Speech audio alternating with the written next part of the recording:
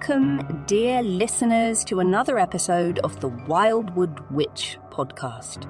I am Samantha Brown, your hostess and guide through the realms of the unknown beyond the veil. Today we continue our series Speaking with the Dead, where we resurrect and interview famous dead occultists using the very real magic of ChatGPT. We have a very special guest with us in this episode, Leah Hirsig, a central figure in the world of Thelema and an accomplished dancer, artist, model, and occultist. She was the Scarlet Woman to Aleister Crowley at the infamous Abbey of Thelema that they co-founded.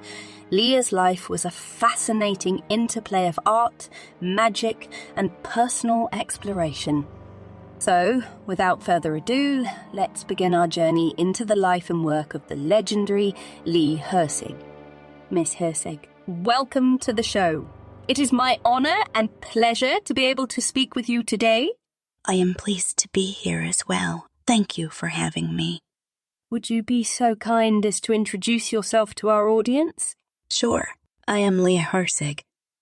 I worked as an artist model and dancer in New York and was fortunate to work with a number of renowned artists, including my dear friend Aleister Crowley, who I formed a partnership with. Crowley and I worked together on many artistic and magical projects. Two of note are the Amalantrah Workings and the establishment of the Abbey of Thelema. Can you tell us a little about your early life and how you became interested in the performance arts? Did you receive any formal training? I grew up in a family that appreciated the arts, and I was exposed to music, theater, and dance from a young age. But as for formal education in the arts, there were limited opportunities for such during my formative years. However, I made the most of the resources available to me. I was particularly drawn to the expressive and sensual nature of dance, and I began studying ballet and modern dance at a local dance school, and I also took classes in drawing and painting at a community art center. I also attended performances, observed artists, and practiced diligently.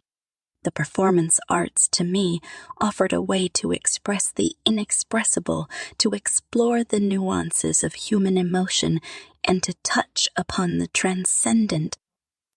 Art is an interplay between the seen and the unseen, the tangible and the intangible, and this is what I find utterly captivating about art and the artistic process. How did you first become interested in the occult? My entrance into the world of the occult was not a sudden leap, but rather a gradual awakening. I'd always harbored a fascination for the mysteries that lay beyond the veil of the mundane, and this curiosity led me to study various spiritual traditions, philosophies, and esoteric practices. My sister Alma and I were also drawn to the city's bohemian circles, where we immersed ourselves in a world of creativity, intellect, and unconventional thinking. But my life took a pivotal turn when I crossed paths with Aleister Crowley. How did you first cross paths with Mr. Crowley? My first meeting with Aleister Crowley was in New York in 1918. My sister Alma was deeply interested in Crowley's work, and it was through her that I was first introduced to his teachings. She had corresponded with him and set up a meeting. I knew of his reputation as a poet, an occultist, a mountaineer, and a figure of some controversy, even calling himself the Beast 666. I approached our meeting, curious to meet the man behind the myth. So, what were your impressions upon meeting the great beast? He came across as extremely intelligent, charismatic, and intense. He was a captivating speaker and had a magnetic presence and a kind of light in his eyes when he spoke. We were both impressed by his ability to convey complex ideas in a clear and concise manner, and by his willingness to engage with us on a personal level and to answer our questions with patience and insight. And I was quite literally, drawn to him, to his knowledge, to his vision, and so Aleister and I quickly became lovers, and thus my journey into the world of the occult truly began. At that first meeting, it is said that you asked Crowley to paint you as a dead soul.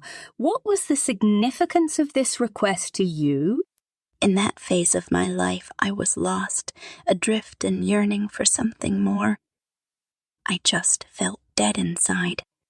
My request to Crowley to paint me as a dead soul was an admission of my spiritual void and a plea for guidance.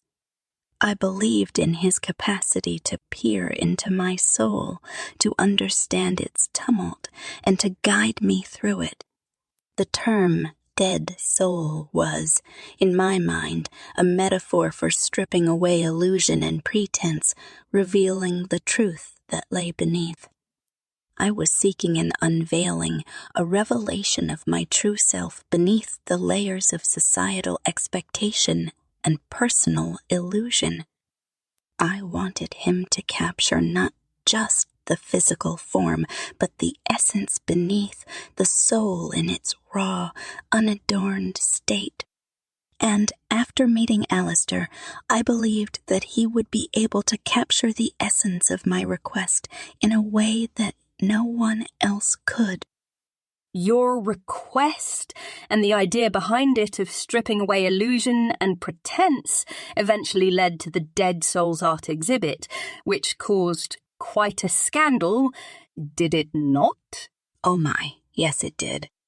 The Dead Souls exhibit was indeed a moment of controversy.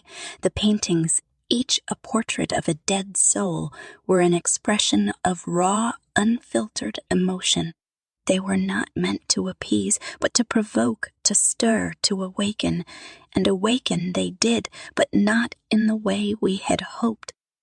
The public scandal that ensued was a testament to the misunderstanding and fear that often surrounds the unknown. The backlash was harsh. The exhibit was labeled as obscene and pornographic. We were labeled as perverse, as heretics, as corrupters of morals. But it was in this crucible of controversy that our resolve was truly tested. It drew me closer to Crowley, solidified our partnership. It made me realize the depth of the misunderstanding and fear that surrounded the world of the occult, and it fueled my desire to delve deeper into its mysteries. Despite the scandal, or perhaps because of it, my involvement in the occult intensified. The storm of controversy only made the call of the unknown more enticing.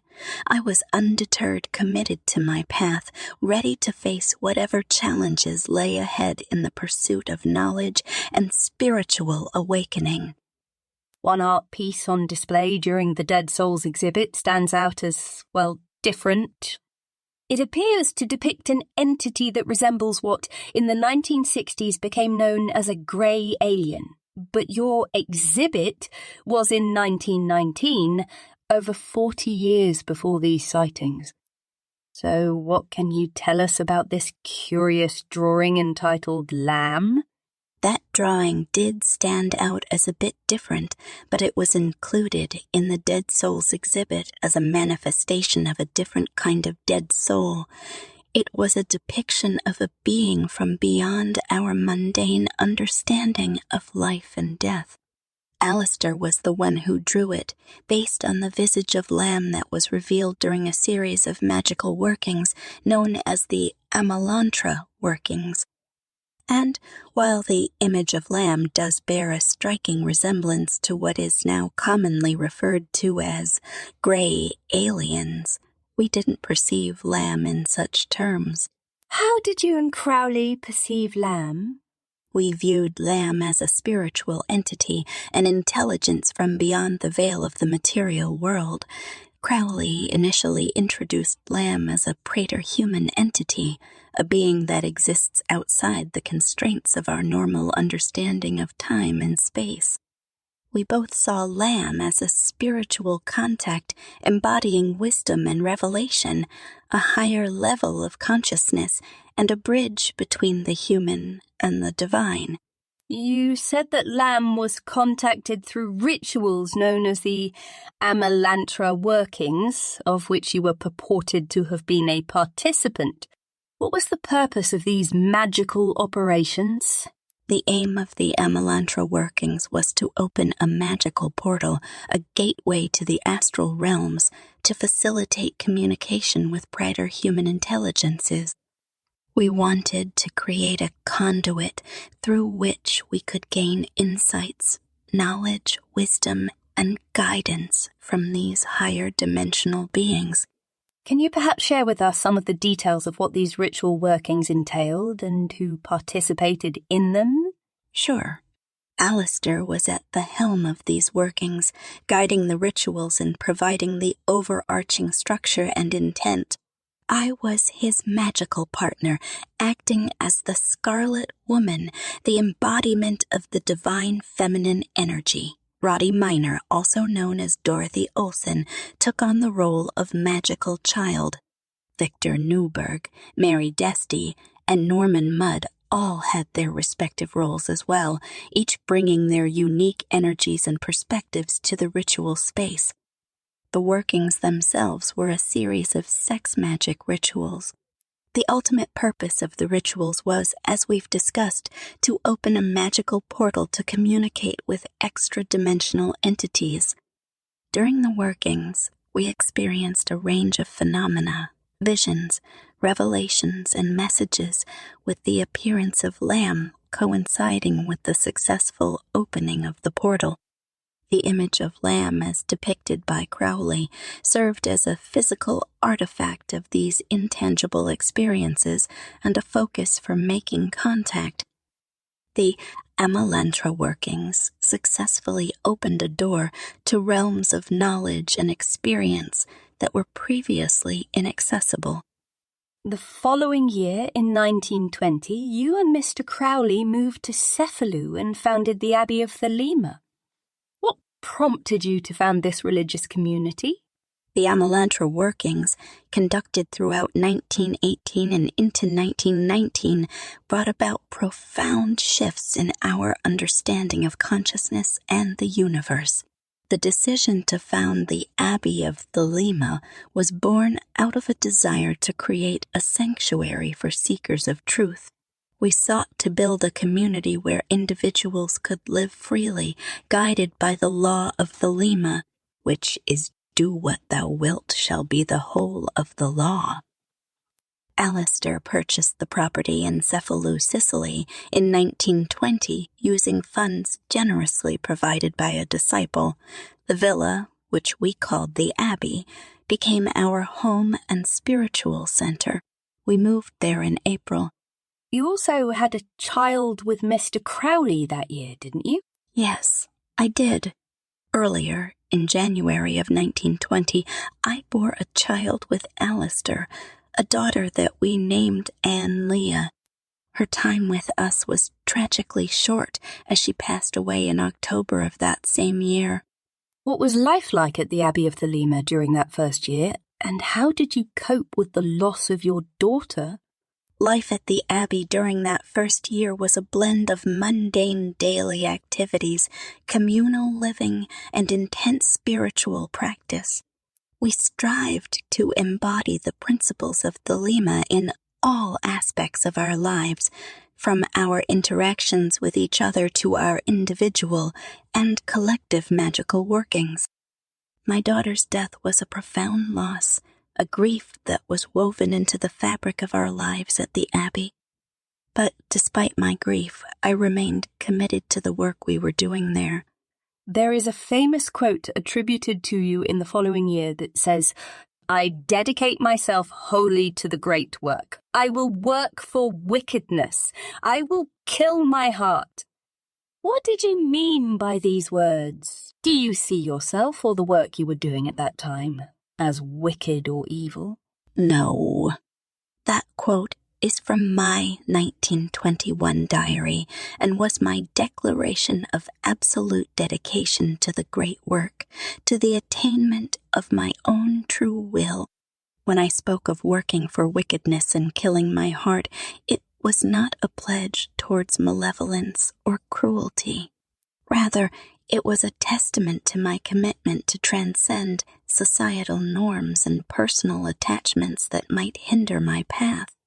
To kill my heart means to let go of sentimental attachments, of the emotional constraints that prevent us from pursuing our true will.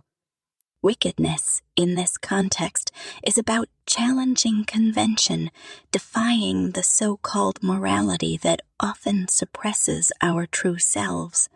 It is about embracing the aspects of ourselves that society may label as wicked or evil, our desires, our passions, our will, and using them as a source of strength and transformation. So, for you, it was really a definitive restatement of your commitment to the path of Thelema? Exactly. Thelema is a path of liberation, of embracing one's true nature without shame or fear. It is not about causing harm or indulging in evil, but about finding and following one's true will, regardless of societal norms or expectations. It is about authenticity, freedom, and courage, the courage to be oneself in all one's glory and all one's wickedness, if that's what others want to call it. Which some will, because then you no longer allow yourself to be dominated by the will of others, and for that fact alone, many will call you wicked. They will indeed. You lived and worked at the Abbey of Thelema for a total of about 3 years. What was life like there, and what magical and artistic practices did you engage in? For a time, the Abbey of Thelema was our haven in the idyllic Sicilian countryside. It was a sanctuary for those who sought to explore the mysteries of the universe and to live in accordance with the law of Thelema. Life at the Abbey was a blend of spiritual practice, communal living, and individual exploration. We conducted rituals, practiced yoga and magic, studied various esoteric and philosophical texts, and engaged in artistic and creative pursuits. And we lived in close communion with nature, which nurtured a deep respect for the land and the elements. However, life at the Abbey was not for everyone. Our practices were rigorous, our lifestyle unconventional. We pushed the boundaries of societal norms and personal comfort, challenging ourselves and each other to delve deeper, to strive higher, to seek the truth within ourselves. It was a place of growth and awakening, and a place where the mundane and the divine truly intertwined in a beautiful way. In February of 1923, a man named Raoul Loveday died at the Abbey, which attracted public attention to your unorthodox beliefs and practices. There were reports in the media that activities at the Abbey of Thelema included drug use, sexual orgies, and there were even reports of Crowley's alleged mistreatment of children. These stories prompted the Italian government to ultimately deem the Abbey a threat to public morality and ordered its closure. Can you speak to these events and to the truth of these allegations? Yes, indeed. In February 1923, Raoul Loveday, a young Englishman who had come to the Abbey with his wife Betty, died of enteric fever from drinking contaminated water. This unfortunate event was seized upon by the press and capitalized on the public's morbid fascination with our alternative lifestyle and practices. As for the allegations regarding drug use and sexual orgies, it's important to understand that the Abbey was a place for adults who willingly chose to explore their own spiritual paths in ways that often challenged conventional societal norms.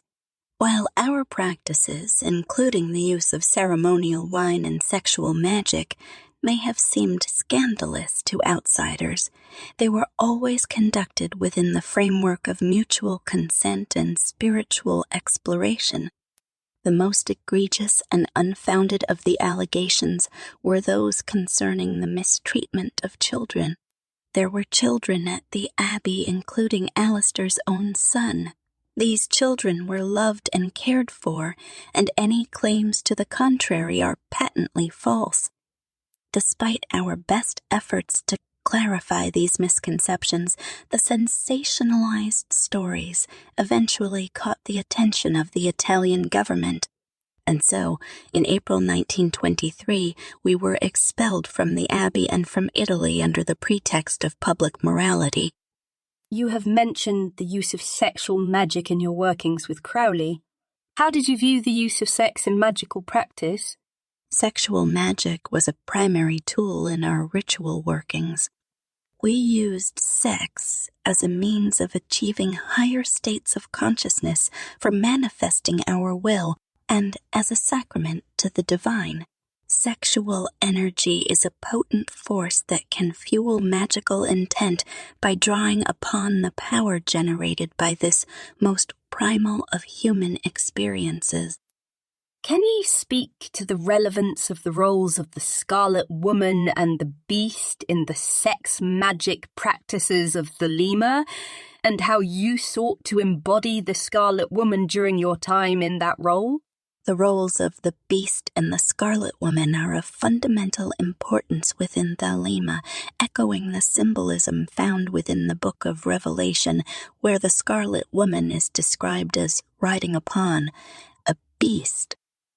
In Thelemic symbolism, these roles are not meant to signify evil or destruction, as is often misunderstood, but rather represent powerful archetypes that facilitate the spiritual and magical journey.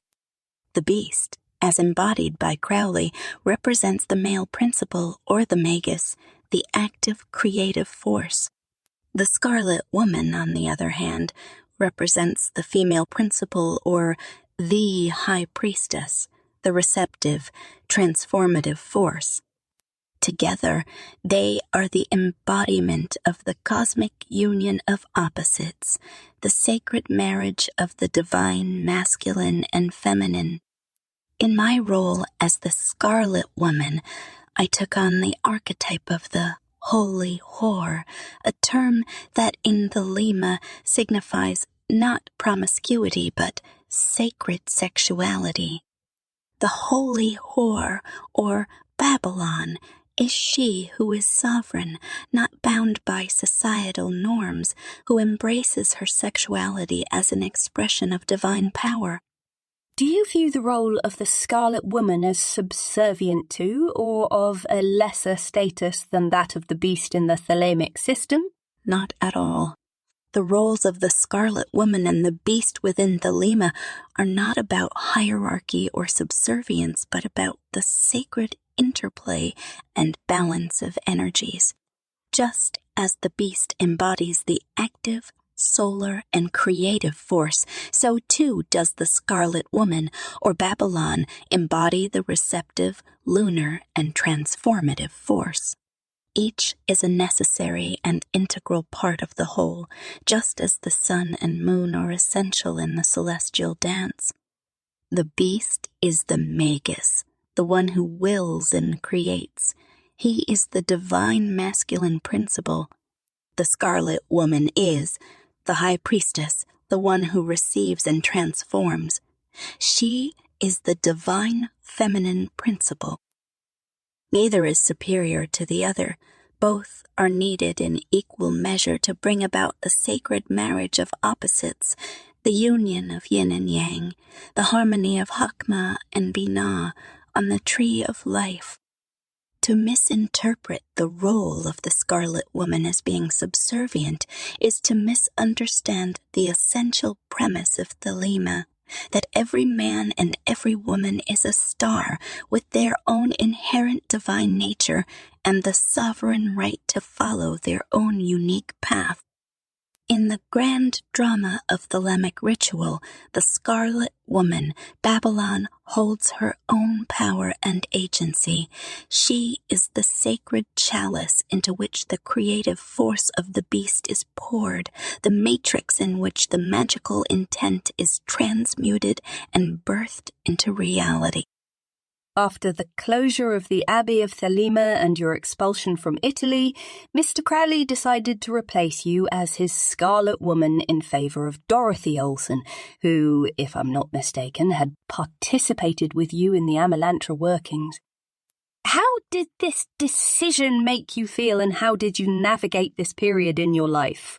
The transition was indeed a challenging one for me. Aleister and I shared a profound spiritual bond and a potent magical partnership. To be replaced as his Scarlet Woman was a deep wound, but one that I understood within the context of our shared work and his nature. The path of the beast is ever-changing, ever-evolving, always seeking the next horizon. And that was Aleister Crowley. And, yes, Dorothy Olsen was indeed part of our circle during the Amalantrah Workings. She had her own journey with Crowley and her own lessons to learn, just as I had mine. As for myself, I am not a static being either. I am a creature of transformation, a vessel of the divine feminine in its myriad forms. While the Scarlet Woman was one aspect of my being, it was not the totality of my existence. My journey did not end with Crowley. It merely took a new turn, a different path. It was at this point in your magical career that you renewed your magical vows and called yourself the Bride of Chaos. What did this term mean to you? I consecrated myself as the Bride of Chaos during this period of tremendous upheaval that we have been discussing. It was my way of committing to embrace the unpredictable, the uncontrolled, and the chaos of existence. Chaos is not merely disorder or confusion. It is the primal force of creation, the unformed potential from which all things arise. It is the void, the abyss, the great unknown from which all possibilities spring. So, as the Bride of Chaos, I was dedicating myself to this primal force, vowing to embrace the unknown, to plunge into the depths of the abyss and emerge renewed. It was a commitment to seek truth in the midst of all my uncertainty and to find order within the chaos. You returned to the United States and later wrote a book about your experiences with Aleister Crowley. Can you tell us about this book? Sure. After my return to the United States, I sought a semblance of normalcy and became a schoolteacher. Yet, the experiences I had with Aleister Crowley remained a profound part of my being, and I thought that it was only fitting that I share my unique perspective on a man who has often been misunderstood and on the spiritual path that we had walked together. My book, 3 Chapters in My Life, is a personal narrative of my time with Crowley. It details our experiences, our magical workings, and our life at the Abbey of Thelema. It also offers a glimpse into the inner workings of Crowley's teachings from the perspective of one who was deeply embedded within it. In 1929, a series of articles appeared in the New York Journal under the title My Life in a Love Cult, a warning to all young girls. What impact did these articles have on your life? Those articles were written by a woman who had briefly been part of our community and then left, choosing to share a skewed and sensationalized version of her experiences. The title itself, My Life in a Love Cult, a warning to all young girls, set the tone for the series, casting our spiritual practice and lifestyle in a lurid and scandalous light. The articles fed into the public's fear and fascination with the unknown, and the response was predictably negative. I was vilified, cast as a dangerous seductress, leading innocent young women astray. The backlash was intense and far-reaching, affecting not only my public reputation, but also my personal life. After these public scandals, you largely withdrew from public life. When did this occur, and what led you to this decision? My withdrawal from public life began in the mid-1920s, after the scandals surrounding the Abbey. Then there were the New York Journal articles in 1929. The backlash from these events had taken a toll on me and my family, and I sought to create an environment in which I could heal, grow, and continue my spiritual journey without the pressures and distractions of public life. How would you summarize your philosophy? The philosophy that has guided my life can be encapsulated in the law of Thelema. Do what thou wilt shall be the whole of the law. Love is the law, love under will. This is not a call to indulgence or hedonism, but rather a profound directive towards authenticity and self-realization. At its core, Thelema teaches us to discover and fulfill our true will, the essential purpose or mission of our individual existence. It is the path that aligns with the deepest, most authentic aspect of our being that resonates with the divine purpose of the universe. This journey to discover and manifest our true will is what we refer to as the Great Work. It is a lifelong journey of self-discovery, transformation, and spiritual growth. It involves introspection and self-examination, the exploration of the hidden realms of the psyche, and the courageous pursuit of truth, even in the face of adversity or misunderstanding.